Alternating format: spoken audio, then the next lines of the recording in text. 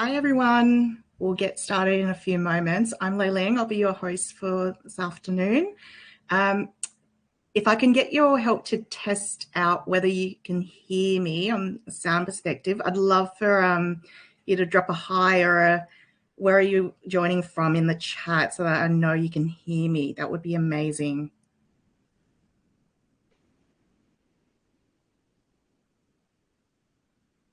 Awesome. Thank you so much, Peter. Steph, hi. Hi, Sarah. Fabulous. Thank you so much for your help. Right. Oh, a Sydney cider. Love it. I'm in sunny Sydney as well, staring at the beautiful, beautiful sunny sky outside my window. Tracy from Perth. Amazing. Perth is on my list to travel to and visit. I tried about 3 times during our lockdowns, and every time I had to get my flight credits back. So hopefully I'll make it over there at some stage. All right. Can see our numbers starting to tick up, so that's a good sign.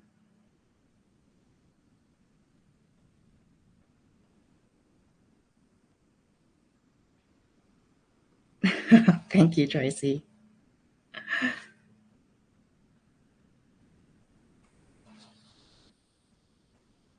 Amazing. Peter, any suggestions on what I should put on my list when I eventually make it up to Perth?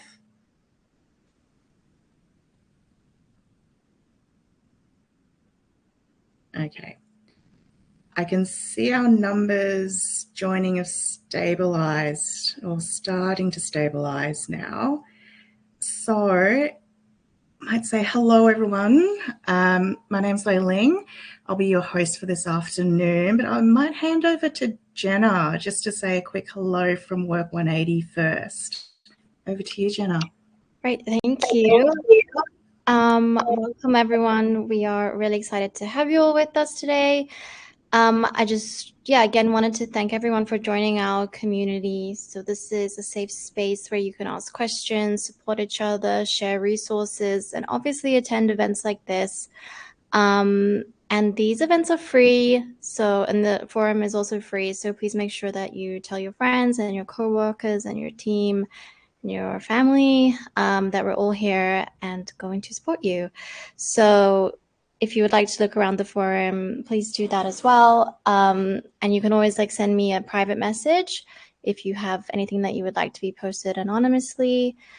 We'll be sending a follow-up email with the recording of this video and any resources that we talk about as well.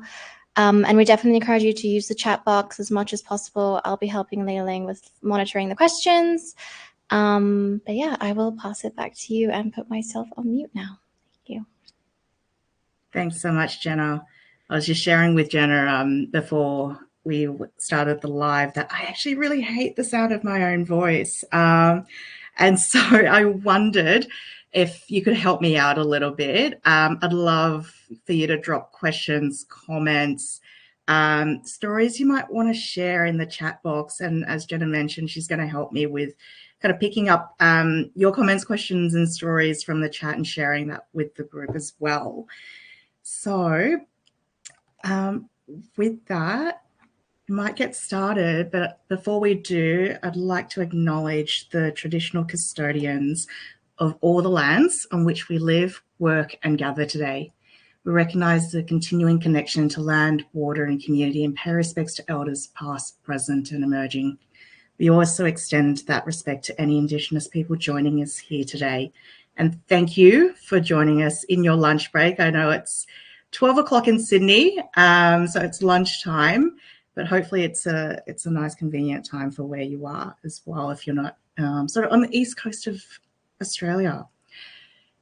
This is me. I'm Lei Ling. For me, my drive comes from the desire to help solve society's most complex problems and improving the systems and organisations that we work in through the conscious design of human interactions.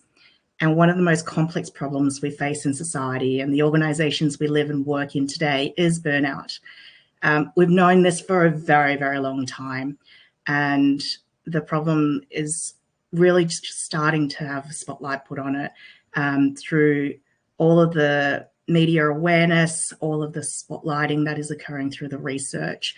And there's a lot of research that's coming out.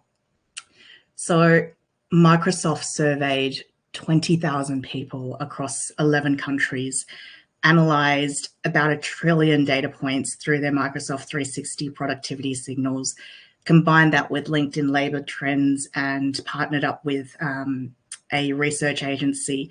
And looking at burnout specifically, they broke it down into regions. And for Australia, they recognised that of the respondents, 62% of employees were feeling burnt out and 66% of managers were feeling burnt out.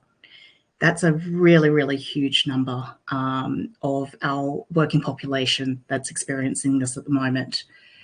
Closer to home, the University of Melbourne checked in with 1,400 people who were employed to see how they were doing a couple of years on after the start of the pandemic, and the answer wasn't great.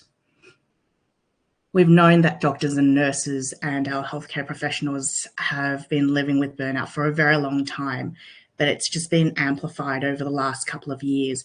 And the research is coming out to say that burnout is actually impacting patient safety. It's impacting patient safety and it's impacting patient outcomes as well. Not only that, it continues to, I guess, ripple through society because teachers are also burning out.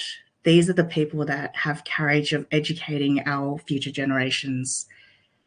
We look at the people who build the physical places that we live and work in the construction industry, and mass exodus is happening through stress and burnout.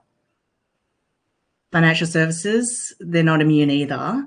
Aon did a study recently, and the number that really spoke out to me or surprised me really was at 28%. Only 28% of financial services organisations feel positive about the ability of their managers to address the mental health needs of employees. And burnout, stress, anxiety, these are the mental health needs of our employees and the people in our workforce right now. So today, I want you to walk away with the knowledge of how to identify burnout in yourself and others, how burnout impacts careers and relationships, and how to prevent, manage, and support burnout or those experiencing burnout. This is relevant whether you're an individual contributor or you are a leader of teams and leader of organisations. Burnout is so serious that the World Health Organization's also included it in its international classification of diseases as of 2019, if my memory serves me correctly. And their definition of burnout is chronic workplace stress that has not been successfully managed. Now, if we think about the signs and the symptoms of chronic workplace stress that hasn't been successfully managed, got a slide here that shows some of what you might see. In the pink, at the top of the screen, are signs that burnout is impacting your career. And then in the green down the bottom are signs that burnout is impacting your relationships, whether they're relationships with yourself, your family, your friends, your colleagues, or your community. Now I'm just going to pause here and ask a question of you. I'm curious to hear from a few of you. Now, what resonates with you in this list of symptoms, and what might you add to this list? And I'll get Jenna to help me with the curation of the comments that come through chat. Well, first, there seems to be a consensus that you have a lovely voice. So, thank you. Wonderful, wonderful feedback. Menopause brain fog. Yep. What else?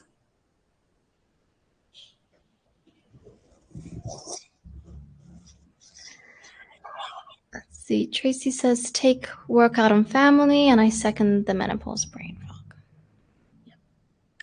Yeah. Burnout and stress show up very, very differently for each individual. Some of this might resonate with a few of you. For some of you, all of it might resonate.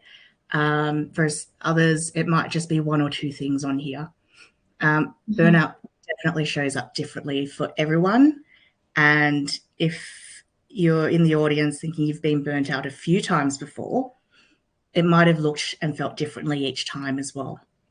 So there's not a template or a formula to identifying burnout or in yourself or others. And it's really understanding what are the range of potential symptoms that might come up, which will help you identify. Right. All of these symptoms actually have been summarized by the World Health Organization into these 3 criteria underneath their definition. So it's a feeling of energy depletion or exhaustion, increased mental distancing from one's job, or compartmentalizing, or feeling of negativity, cynicism related to your job, and then also a sense of ineffectiveness or lack of accomplishment. It could be as simple as you've been reading a page on a document 10 times and it still has not sunk in. It doesn't need to be big in terms of the symptoms.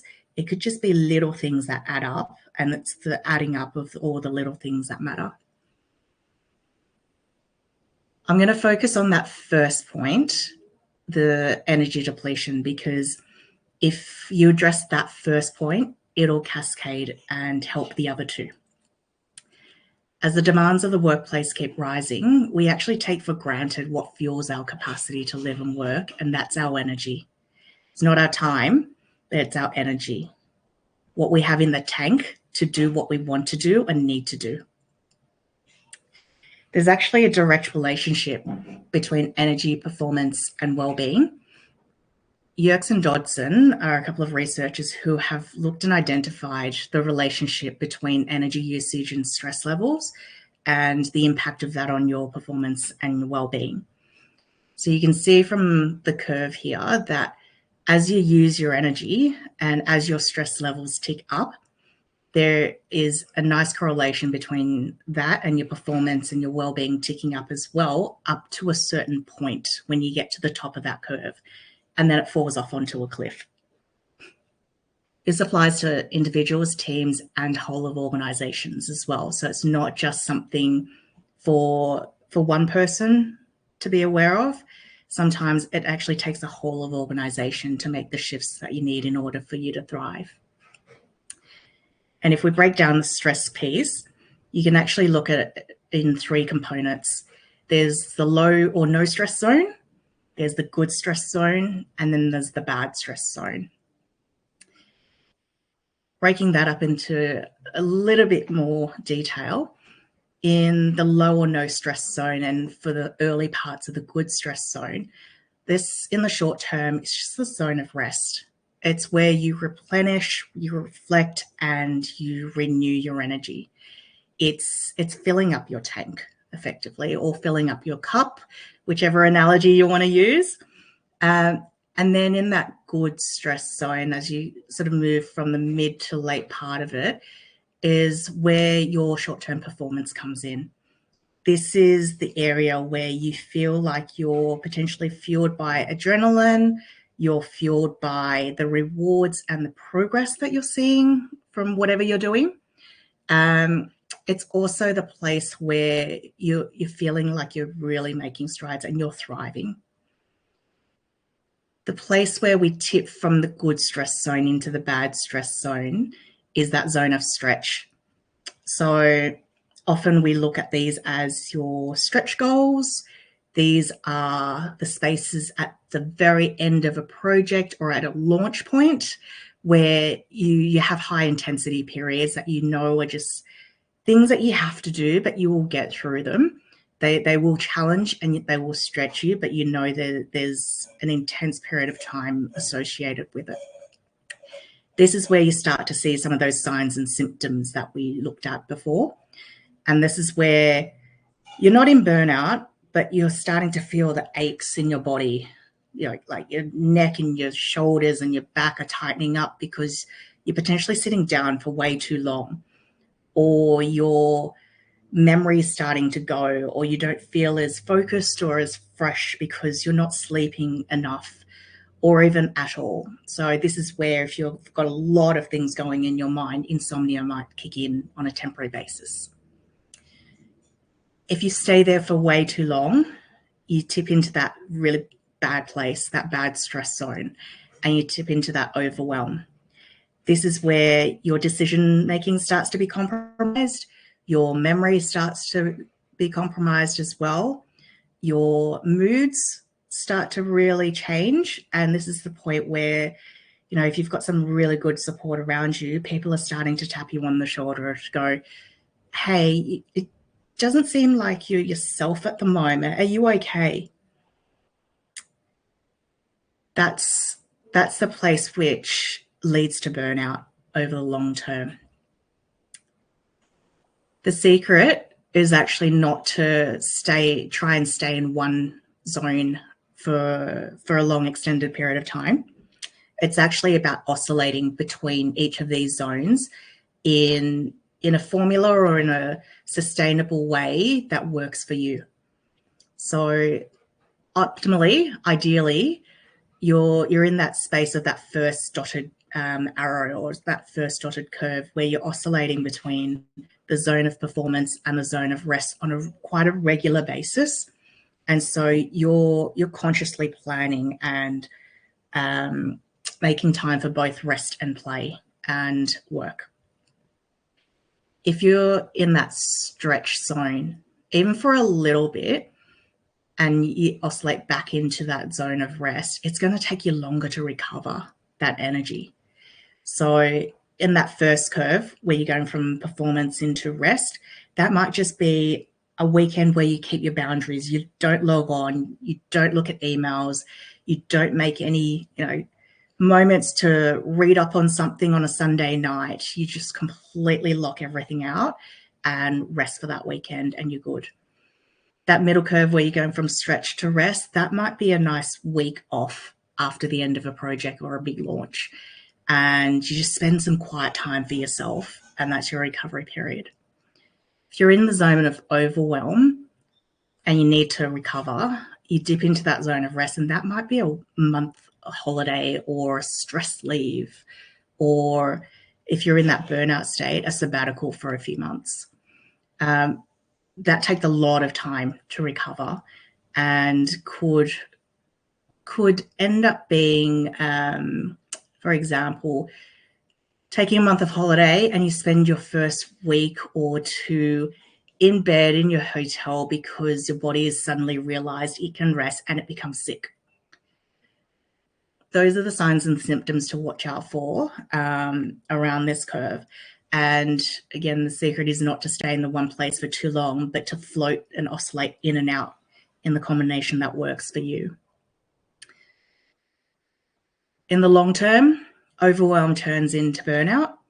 Performance and stretch turns into energy depletion. So you just constantly feel like you don't have the energy to do what you want.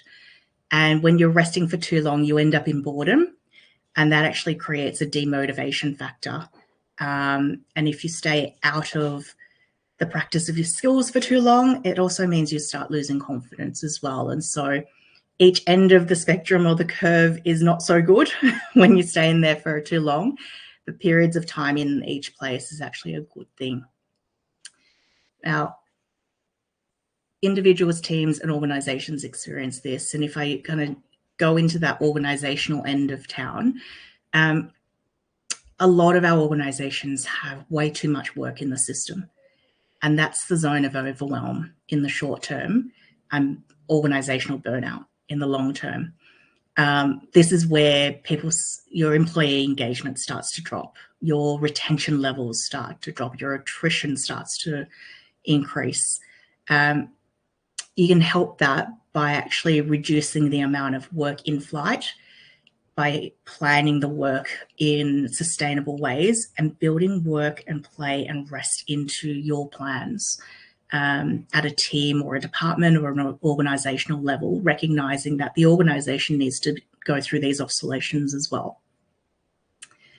Now, again, I'm curious to hear what resonates and whether there are any stories that you want to share with the group. I might get Jenna to help me here as well. Yeah. So we had a comment. I'm actually on stress leave from being overworked, been off for 5 weeks so far. So thank you for sharing that. I'm sure that's really common with what you see, Leiling. Thank you so much for your vulnerability, whoever that was, in sharing. It's also only knowing and hearing from others' stories that normalizes it being okay for us to be resting as well. We often live in a society where busyness is almost a badge of honor, and we can only counter that by hearing and sharing stories like this to make rest okay and to almost flip the story to say that being busy all the time is actually not okay. Mm-hmm. And then a question from Jane, what if you can't take leave? If you can't take leave, have a chat to your manager, your team, those who are in a position to support you, and look at workload. Look at whether it's your personal workload or whether it's your team workload, that prioritize, renegotiate, create that space. Because if you're in a state where you are stressed and heading towards burnout, that's actually going to be a huge hidden cost for the organization as well if you do tip into that state. Mm-hmm. Right. Lauren said before, when you asked the first question, that losing great team members due to team burnout is always devastating. Yeah, absolutely. Right. Absolutely. And then Gina says, our managers don't build in rest. They just focus on deadlines, and some team members are expected to work on weekends and statutory holidays to meet deadlines. Our managers need to attend this course. Right. It's actually quite often the case. I see a lot of this in organizations that I work with. And sometimes it's conscious and sometimes it's not conscious. Leaders who are in the seat today have been sometimes conditioned to think that filling every hour of the workday is what they're meant to be doing. And that's very much old styles of management, to think that if you have one person, you've got 100% of their capacity. Realistically, that's not the case. If you build in lunches, you build in breaks, you build in actually time for the brain to rest, it reduces that capacity significantly. And so another thing you potentially do in terms of those conversations with your organization and your leaders is actually to talk about capacity planning. I know sometimes for project management, for people management and resourcing and workforce planning, they do plan to 100% of everyone's capacity. And so if you're in a position where you can influence the capacity planning and the resource and workforce planning of your organization, ask them to change the way that they do it. Plan for 70%, 80% of capacity. Let the rest be filled either with rest or with unplanned work that would traditionally be stacked on top of the 100% capacity, which is where the weekend and the overtime comes in. Right. Yeah, and Peter says changing jobs doesn't fix burnout. Once I got in this burnout cycle, it is hard to get out of it. Yeah, that is spot on. Changing jobs can fix it for a very, very short period of time. You'll get that energy boost from just the new job, the new potential, the new environment, but the behaviors either in yourself or the organizations or the types of organizations and teams that you pick may take you back to the same place over time. And so it's sometimes about picking and choosing the places and the people you work with as well.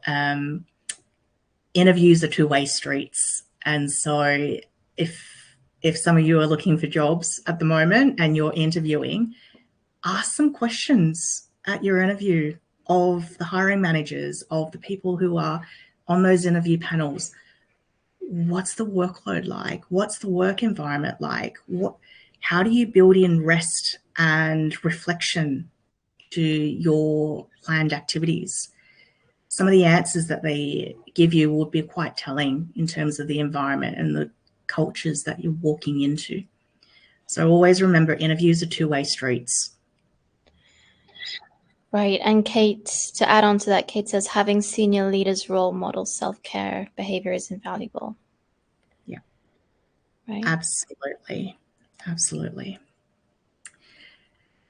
So we've started talking a little bit about strategies. So I thought I might just tip into the strategies piece. On this page, I've got individual strategies, the things that you can potentially do for yourself to help you manage your energy levels. Now, this is a non-exhaustive list. This is a brain dump that I did yesterday as I was preparing for this. I'm sure there are many, many other strategies that aren't on this page that are very helpful and useful. And so if you see something there that you've tried and has helped you, share that in the chat. And if there's something that you know has completely worked for you and changed your life that's not on this page, please pop it into the chat as well and share amongst your friends here on this call today. Short-term, mid-term, long-term, it's good to think about it in terms of the time horizons, because in the short term, there are things you can do immediately, but then there are some long-term things that you might actually have to spend some time over a longer period to execute on. And so being clear about your time horizons and what's realistic in each time horizon is actually really important to recognize, as is the split between physical, emotional, mental, and spiritual needs. So physical is obviously your physical body, what you need in order for your what you need from your body in order for you to thrive. Emotional is in your mindsets and your behaviors. What are some of the things that are holding you back, and what are some of the shifts in mindsets and behaviors you think you might need in order to thrive and stay out of that stress and burnout state? Your mental capacity is your ability to think clearly, make good judgment and good decisions, and to not feel overwhelmed or have brain overload.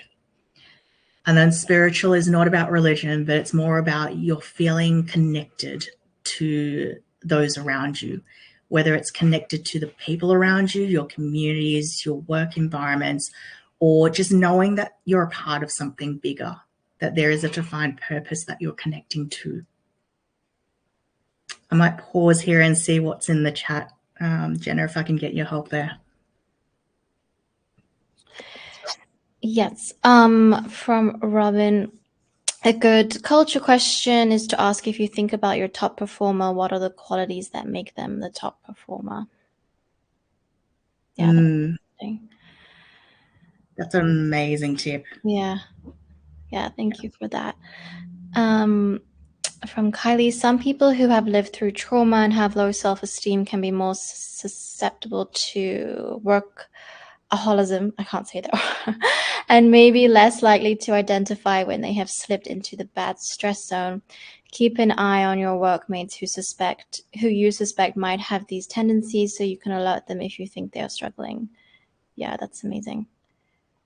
That is an amazing call out, and it's a really, really good reminder for us that, you know, we interact with people every single day, but the amount of information we know about them is actually very, very small, and so we will never know the whole story of any individual.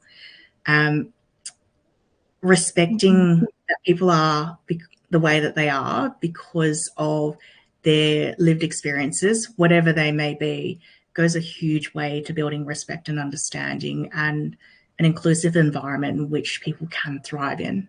Mm-hmm. Right. And then for yourself, Gina suggests if you're using your company's EAP service, if they have it, to speak to someone who can be objective and bring you back to the facts. Yeah, Definitely agree with that. Another comment: when I get busy and stressed with work, I often compromise my time for exercise. I've recently started going to the gym in the morning before work so I can make exercise a priority. This has also helped me sleep better at night and has given me more energy throughout the day. And we had Hannah who agrees with that the morning gym session is really beneficial. Yeah, amazing call outs. One thing I would add to that to help you set your boundaries is make time in your calendar for exercise. And if exercising in the middle of the day during lunchtime is something that really works for you, as an example, block that out in your calendar. Actually physically create a meeting with yourself to block that time out so no one can book over it.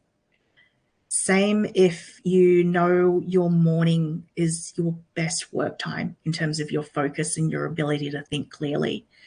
Create some meetings with yourself to block out that time to give you that focus time, to give you that concentration time, which might otherwise be eroded by simply because it's a convenient time for someone to meet with you, or it's the only spot that they find in your diary, so they just shove a meeting in there. Create the space in your diary if you don't have complete control over it.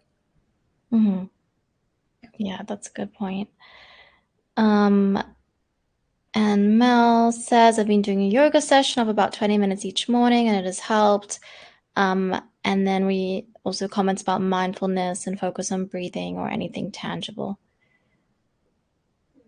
Yeah, absolutely. Mindfulness is amazing at helping you bring yourself back to the present, and help you even in those transition moments, moving day to day between meetings, between activities, etc. We started to touch upon some of the team and organizational strategies, so I've moved us on to the next slide, which has some of those elements in there that weren't on the individual strategies slide. Again, broken up into the 4 elements of physical, emotional, mental, and spiritual, because organizations need to play their part in this as well. It's not about individuals needing to become more resilient or individuals needing to put strategies in place. It's a two-way street.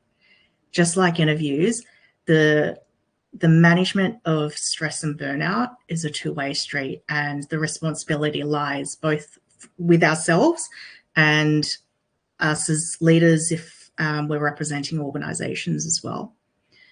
Short, mid, long term, obviously budget constraints might stop you from doing some things in the short term, but if you build it in, longer term it is achievable if you fight for the right things and are persistent about it. Short-term things that are free, like manage your screen time. If you're working in a fully remote environment or you've got a lot of people working from home, make it okay that they reduce their screen time, whether it's that you give them permission to do speedy meetings, which might be cutting hour meetings into 50 minutes and giving them that 10-minute screen break between meetings, or making it okay for them to leave their cameras off for certain types of meetings, for example. Those things are free and really, really easy to do, so long as you give yourself and you give your people the permission to do so. They're really simple things. Do we have any additional things through the chat, Jenna? Yeah, a good point. Blocking out the first 30 minutes of your day and last 30 minutes of your day also helps. I think that's really important, how you end and start your day. Yeah, absolutely. It's wonderful. So obviously we've crowdsourced some strategies, and I've had some on the page or 2 before in terms of individual, team and org strategies. These are all great ideas unless you implement them. They're useless to you. And so I'm just going to pause for a moment or 2 and give you some silent reflection time to think about what you saw on the previous couple of screens and what you've seen in the chat and heard in the conversation, and maybe pick 1 or 2 things that you know you can implement today. As soon as you log off this call, what are some things that you might put in place, or some of the things you might go and have a conversation about, or some of the things you want to fight for in your organizations that will help manage stress and burnout in the long term?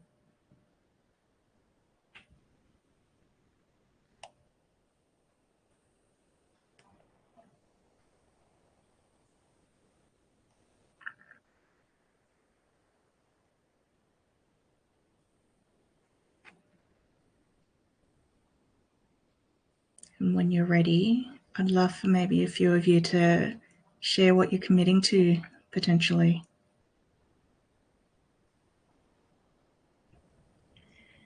We had a suggestion for 45-minute meetings instead of an hour, so that Kylie says that makes a huge difference to keep people on track. And then no meeting times, so like 9 to 11 on a Monday, or no meetings. That's good too. Yeah.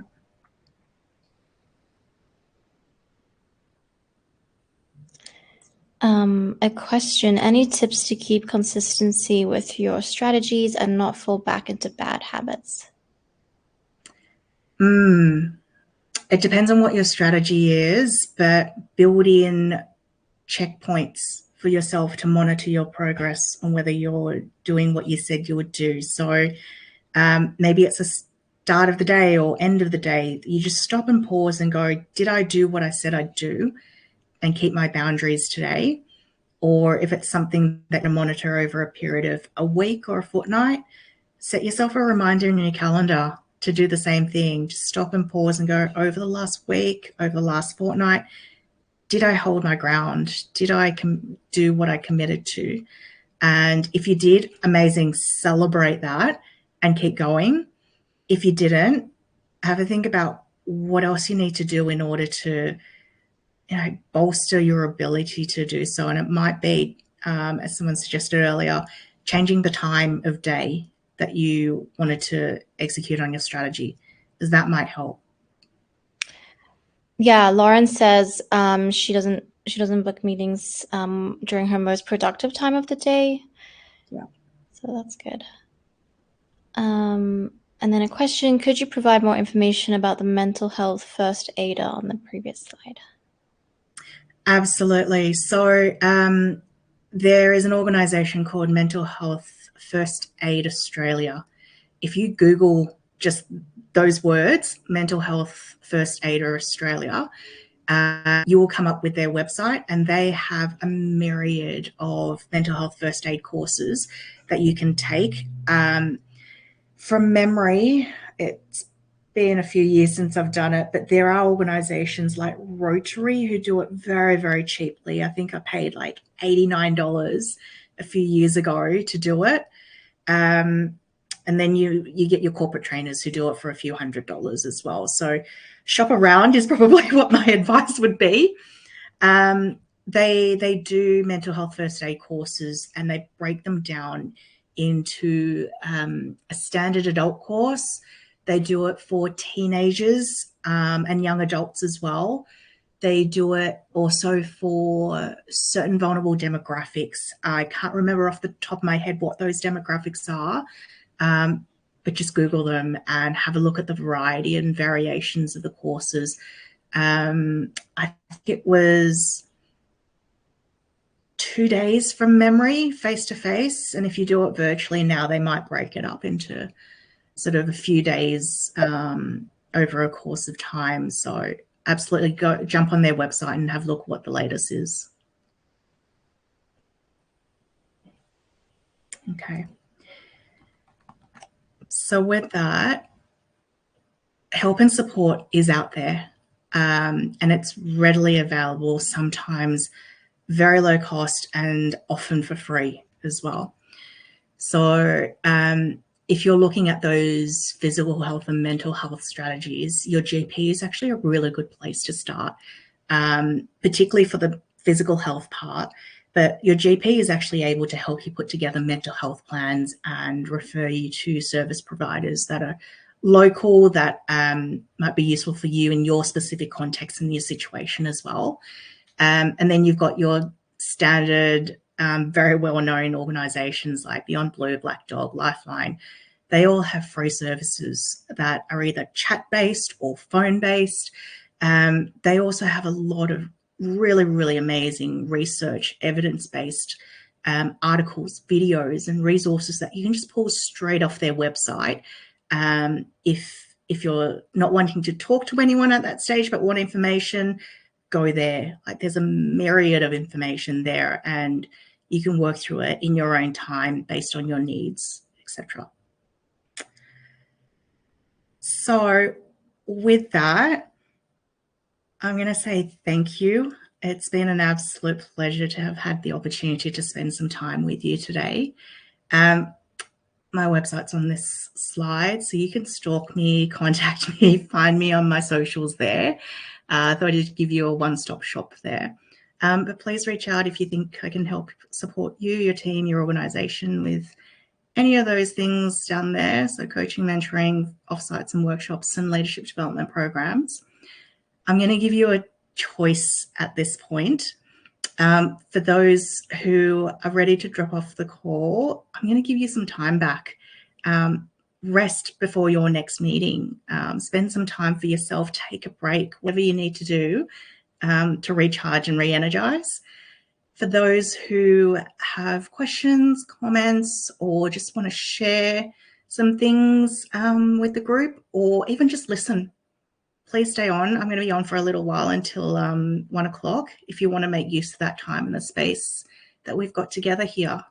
So thank you again. I'm just going to pause for a few moments and let those who want to drop off. Not make it awkward, make it okay to do so, to take some time for yourself and take some time back.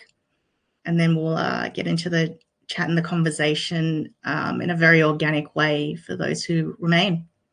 Thank you.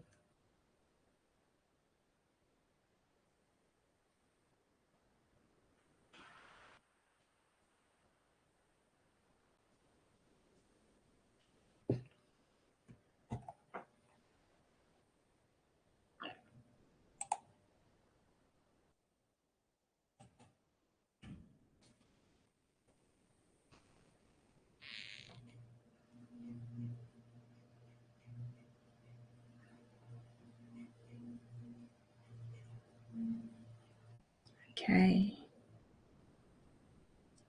I think I'm starting to see the numbers steady a little bit now. So if you have a story to share, some comments to make, or questions to ask, please put them into the chat.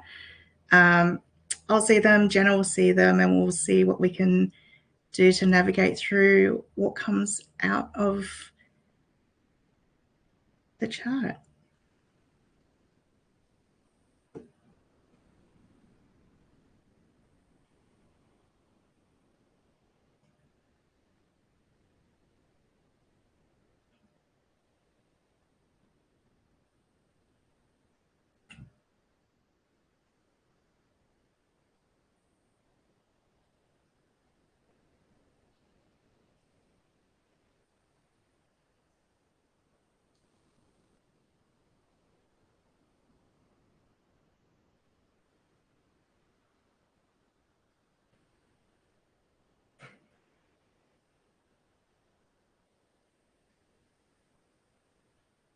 Okay, Jennifer is asking for a copy of the PowerPoint presentations.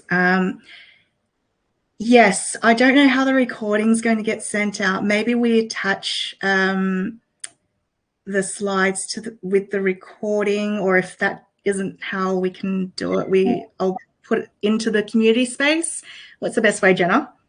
Well, we'll definitely send an email to everyone with the slides and the video recording, and then we'll probably also put it in the recording. If you don't receive it in the next couple of days, then reach out to me and I'll make sure that you get it. Awesome. Thanks, Jenna. Oh, wow. Amazing question, Kate. If you feel like you're carrying chronic burnout from previous roles, What is the best way to get rid of this? I think the first step is recognizing what your patterns are. So if you're carrying burnout from role to role to role, block out a couple of hours, spend some time working through what were the signs and symptoms and the activities or events that led up to the burnout each time, and specifically target those ones that tipped you over. Whether it's tipped you over because you quit your job at that point, or tipped you over because you ended up taking stress leave or sabbatical, etc. Plot those out. Sometimes seeing it visually is actually quite impactful, and by the time you recognize your patterns, then you can do something about it. Without the awareness of what those trigger points are, it's actually really hard to address. You could do this yourself, or another way you can do this is actually to chat to a psychologist, a counselor, a therapist, and they're really, really good and well equipped to help you with those sorts of things as well. If you don't like the thought of going to a psychologist, counselor, or therapist, some coaches are equipped to do that, but shop around, pick a coach who is experienced with either mental health or dealing with reflective situations like the one that you're going through. Ask lots of questions and make sure they're the right fit for you. Good coaches will not cross the line between coaching and therapy and psychology. Ethically, they will not cross the line. So buyer beware, I guess, if you want to seek support from someone to help you with that exercise.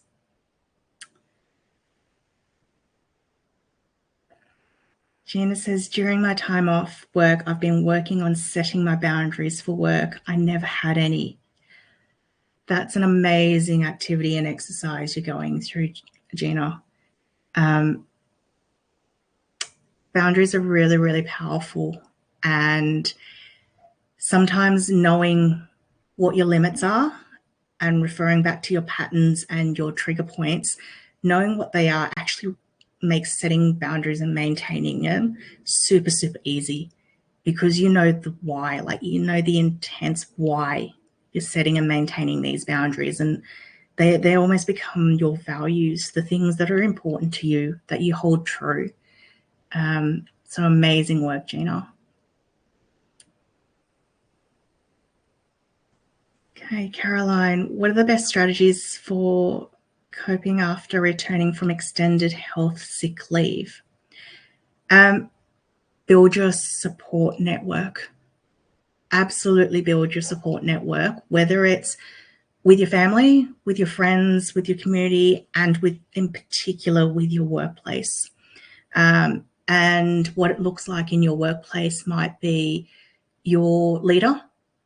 So very, very specifically identifying what do you need from your leader and what do you need from your team in order for you to be successful, for you to thrive on your return to work.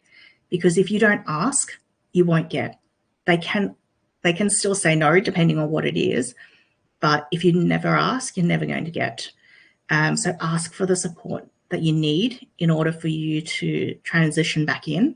That's super helpful, and build your network in your organization as well. Have people who you can talk to, who you can lean on, who you can debrief after a tough meeting. Those you know that have your back. Your support network will make or break your transition back.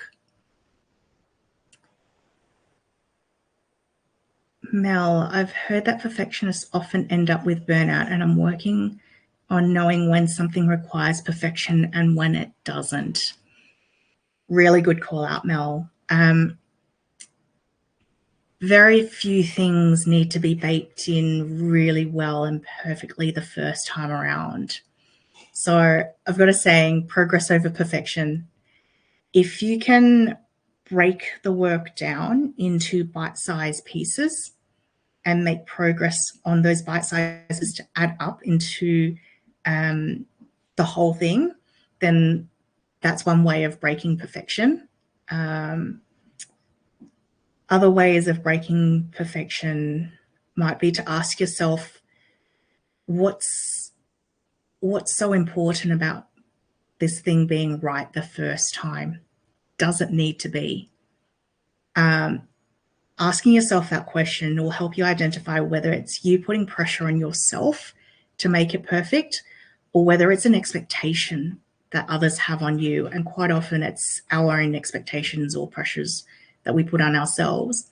And having the conversation with our stakeholders, with our team, with our leaders to say, how nicely done, or how perfect and how considered and how right does this need to be, often opens up the conversation to make it okay to not have right the first time, and to be able to iterate and to try along the way, and with the support of others. Okay. Yeah, putting that pressure on yourself. Thanks for sharing that, Mel.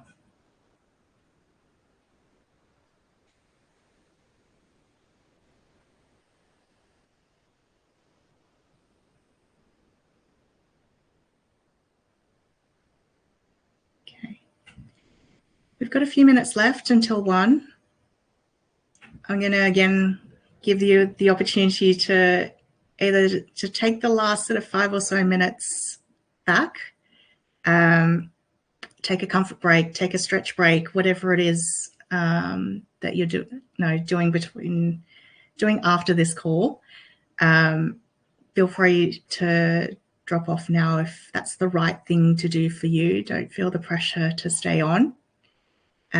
If there are any other last takers in terms of questions, comments, stories you'd like to share to put into the space, please drop them into the chat as well.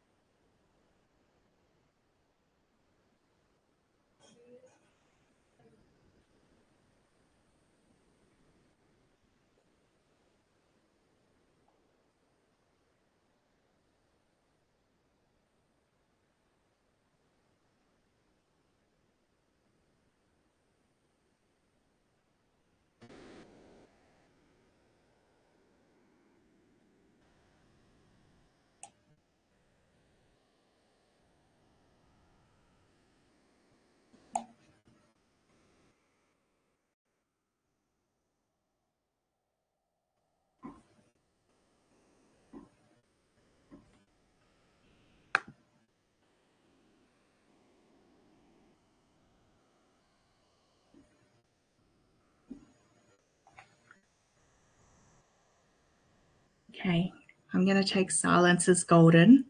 I think we've exhausted our questions, comments, and stories for this afternoon. I just want to say thank you again, everyone, for joining, particularly those who are spending their lunch break on this.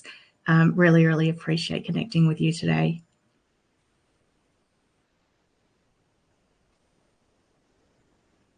Right, I guess we will end the stream. Yeah, we're going to send a follow-up email. And again, thank you to everyone who contributed and was vulnerable with us today. Okay, I'm going to end the stream. Thank you. Bye. Thank you.